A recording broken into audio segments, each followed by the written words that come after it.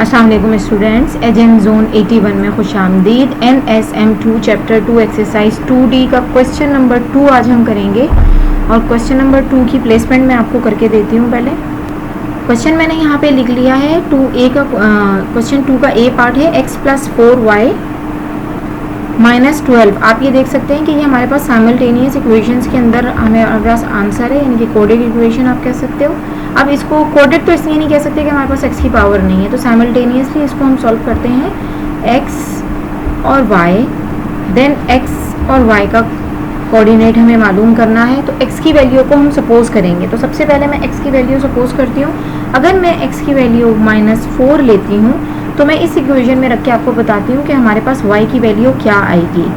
तो सबसे पहले मैं इक्वेशन यहाँ लिख लेती हूँ, x + 4y - 12 = 0। x की वैल्यू है -4, देन हमारे पास है +4y, फिर -12 एज अ कांस्टेंट हमारे पास है और 0। तो -4 एंड -12 क्या हो जाएगा, वो प्लस हो जाएगा। 4y माइनस क्या 16 हमारे पास आ जाएगा = 0। आपको पता है कि ये यहाँ पे जाके पॉजिटिव हो जाएगा। तो 4y = 0 + 16 = 16, y = 16। 4 यहाँ पे मल्टीप्लाई हो रहा है तो = के बाद जाके ये डिवाइड पोजीशन पे आ जाएगा। 4 × 4, 4 × 4 = 16। तो y की वैल्यू मेरे पास आ गई है +4। इसका ख्याल रखिएगा कि वैल्यूज़ जो आ रही हैं वो पॉजिटिव हैं या नेगेटिव। अब आप यहाँ देख सकते हैं कि अगर मेरे पास x -4 है तो मेरे y की वैल्यू मेरे पास 4 आई है पॉजिटिव। तो मेरा कोऑर्डिनेट क्या बना, -4 देन 4। बिल्कुल इसी वे में मैं सपोज करके x की वैल्यू 0 देन 8, मैं आपको ये सॉल्व करके फिर हम ग्राफिंग की तरफ चलते हैं। अब यहाँ पे आप देख सकते हैं कि मैंने 4x + y - 18 अपनी सेकंड इक्वेशन यहाँ लिख ली है और x की वैल्यूज़ भी सपोज कर ली हैं 2, 3, 6। आप किसी भी x, y, z वैल्यू में ले सकते हैं, इसके अंदर कुछ ज़रूरी नहीं है कि आप यही वैल्यूज़ लें।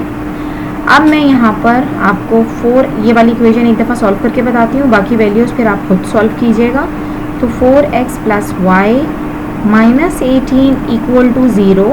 देन 4 की वैल्यू मेरे पास 2 है, प्लस y मुझे मालूम करना है -18 = 0। 4 × 2 = 8, प्लस y -18 = 0।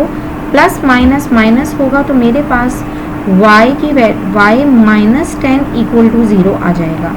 और इस तरीके से मेरे पास जब ये यहाँ पे जाएगा तो ये अपनी वैल्यू को पॉजिटिव कर लेगा और y की वैल्यू मेरे पास आ जाएगी 10।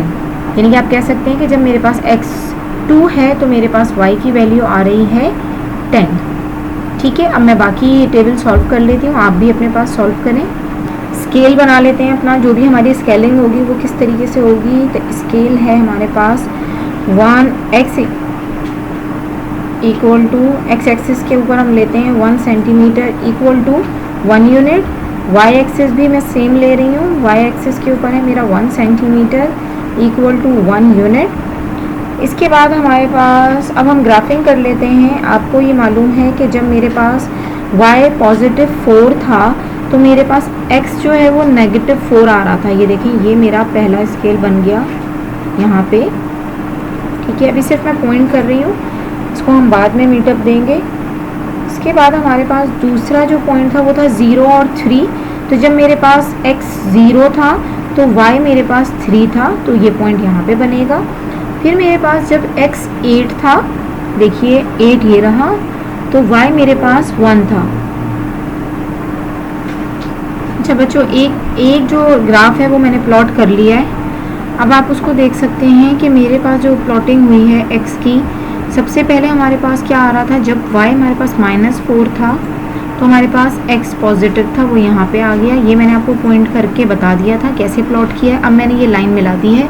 ये कौन सी इक्वेशन की प्लॉटिंग हुई है अभी, x + 4y - 12 = 0 की हुई है। अब मैं दूसरे की प्लॉटिंग आपके सामने करती हूँ। तो हमारे पास 4x + y - 18 की है। जब x हमारे पास 2 था तो y हमारे पास पॉजिटिव में 10 था। ठीक है, तो ये देखें ये रहा। फिर जब x हमारे पास 3 था तो y प्लॉटिंग में हमारे पास 6 था। ओके, फिर जब x हमारे पास 6 था तो y हमारे पास प्लॉटिंग में -6 था। ओके, ये रहा। अब मैं इसको आपको ड्रॉ करके देती हूँ। 4x + y - 18 = 0 की प्लॉटिंग मैंने कर दी है। ठीक है, अब आप यहाँ देख सकते हैं कि हमने जब हमारे पास x की वैल्यू 2 थी तो y हमारे पास पॉजिटिव में 10 था, तो वो हमारी यहाँ पे मीटअप हो गया है। फिर उसके बाद हमारे पास जब x की वैल्यू 3 थी तो y हमारे पास 6 था, ये सेकंड पॉइंट बन गया है। और जब हमारे पास x की वैल्यू पॉजिटिव 6 थी तो y हमारे पास -6 था। ये हमारी दूसरी इक्वेशन की प्लॉटिंग भी हो गई। अब इंटरसेक्टिंग पॉइंट हमारा ये वाला बन रहा है, ये देखिए आप। ठीक है, इसको फाइंड आउट करना है कि ये इंटरसेक्ट किस पॉइंट पे कर रहा है। तो आप देख सकते हैं कि y का तो 2 है और x का 4 है, तो हम यहाँ कह सकते हैं कि इंटरसेक्टिंग पॉइंट हमारा है, intersecting point of these equation is 4 हमारे पास है x पे और y है 2। तो आप इसको इस तरह लिख सकते हैं कि x = 4 एंड y = 2, बिकॉज हमें दोनों के एक्सिस मिल गए हैं, कोऑर्डिनेट्स मिल गए हैं। तो ये इस तरीके से ये हमारे पास इसका सल्यूशन आ गया। बिल्कुल इसी तरीके से इसके सारे क्वेश्चंस होंगे, इसमें कुछ मुश्किल नहीं है और मुझे उम्मीद है आपको ये समझ आ गई होगी। तो अब क्वेश्चन नंबर 3 की तरफ चलते हैं।